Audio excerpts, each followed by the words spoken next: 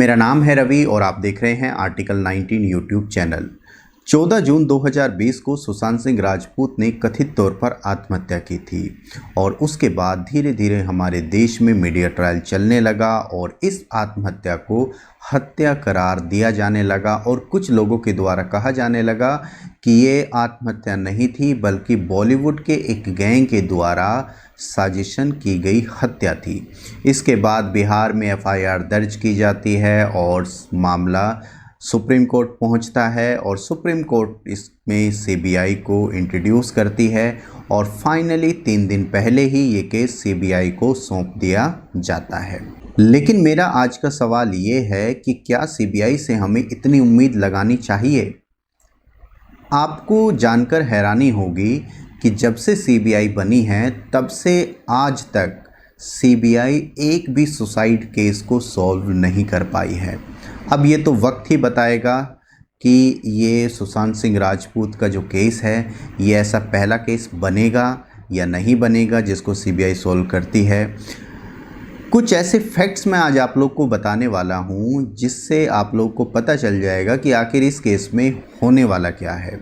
आपको पता है कि पिछले 4 सालों में सीबीआई को जो कन्विक्शन रेट रहा है वो 67% रहा है। मतलब अगर सीबीआई के पास 5 मामले आए हैं तो केवल 3 ही मामलों में सीबीआई किसी नतीजे पर पहुंची है और 2 मामले 5 में से 2 ऐसे मामले हैं जिन पर अभी तक सीबीआई किसी भी नतीजे पर नहीं पहुंची है और वो किस स्टेज में है ये भी हमें नहीं पता। 67% कन्विक्शन रेट है सीबीआई का पिछले 4 सालों में। अब ये तो हमें वक्त ही बताएगा कि ये जो सुशांत सिंह राजपूत का केस है ये 5 में से 3 में जाता है या 5 में से 2 में जाता है। 3 में गया तो सॉल्व हो जाएगा और 2 में गया तो ये भी पहले की तरह ही ऐसे ही दबा दिया जाएगा। आपको पता है कि जब मनमोहन सिंह जी की सरकार थी 2010 से 2014 के बीच में, तब सीबीआई का कन्विक्शन रेट 68.44% था। उसके बाद अगर हम पिछले 5 सालों की बात करें 2015 से 2019-20 के बीच में, तो सीबीआई का जो कन्विक्शन रेट है ये केवल 67% रहा है। इसका मतलब कि जो कन्विक्शन रेट है वो घटा है। और मैं आप लोग को एक चीज़ और बताता हूँ कि कन्विक्शन रेट उस वक्त ज़्यादा बेहतर था जब कहा जाता था कि देश में भ्रष्टाचार बहुत ज़्यादा है, क्योंकि यूपीए 2 की जो सरकार है वो भ्रष्टाचार की वजह से ही गई है, चाहे वो 2G घोटाला हो या फिर कोल स्कैम हो, कोयला घोटाला हो। लेकिन आज तक किसी को भी सज़ा नहीं मिली है, ये दूसरी बात है। और वो एक घोटाला था या नहीं था वो एक अलग चीज़ चली जाती है।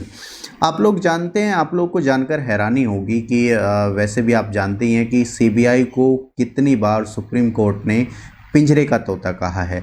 और पिंजरे का तोता बोलता कैसे है, काम कैसे करता है, वो तो आप सभी जानते हो, छोटे छोटे बच्चे भी जानते हैं कि पिंजरे का तोता काम किस तरीके से करता है।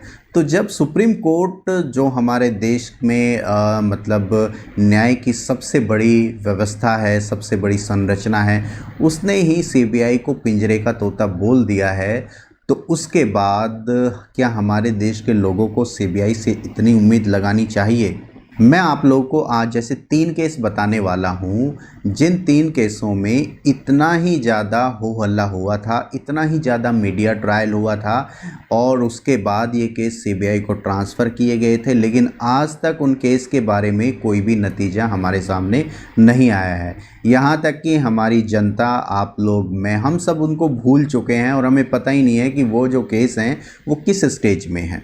जिया खान याद है आपको? जिया खान बॉलीवुड की एक हीरोइन थी और जिनको अमिताभ बच्चन के साथ निःशब्द जो मूवी है उसके लिए जाना जाता है। उस वक्त ये मूवी काफ़ी चली थी और काफ़ी आलोचना भी हुई थी। मैं आप लोग को बताता हूँ कि 3 जून 2013 को जिया खान ने अपने बेडरूम में आत्महत्या कर ली थी। सेम ऐसे ही आत्महत्या की थी जैसे सुशांत सिंह राजपूत ने की है।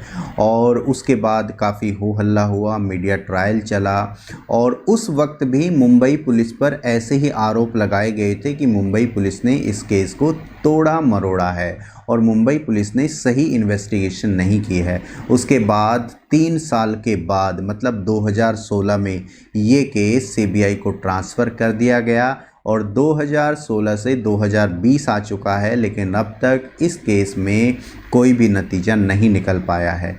हमें पता ही नहीं है कि ये केस किस स्थिति में है और किस स्टेज पे है, और लोग भी अब भूल चुके हैं।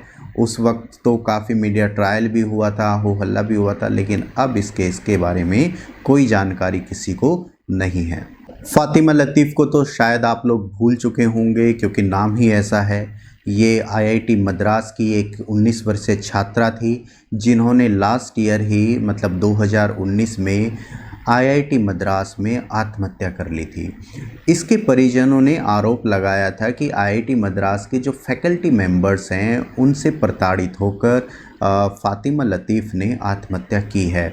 उसके बाद मद्रास हाई कोर्ट ने ये केस सीबीआई को सौंप दिया, और लेकिन आज तक भी इस केस को सीबीआई सॉल्व नहीं कर पाई है, और पता ही नहीं है कि उसने हत्या की थी, उसकी हत्या हुई थी या आत्महत्या की थी, और इसके बारे में कोई जानकारी नहीं है। कोई मीडिया वाला पूछना भी नहीं चाहता है कि आखिर उस केस का क्या हुआ है। तीसरा केस है परवीन बॉबी का। परवीन बॉबी को कौन भूल सकता है, कौन नहीं जानता, सभी जानते हैं। बॉलीवुड की मशहूर अदाकारा थी, और कथित तौर पर 2005 में उन्होंने आत्महत्या कर ली थी।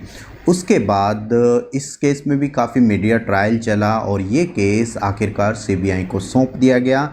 लेकिन आप लोग जानते हैं कि 2005 से 2020 आ चुका है, और अब तक ये केस सीबीआई सॉल्व नहीं कर पाई है। हमें पता ही नहीं चला कि परवीन बॉबी की हत्या हुई थी या उन्होंने सचमुच में आत्महत्या की थी। तो ये कुछ ऐसे केस हैं जो सीबीआई पर सवाल खड़े करते हैं।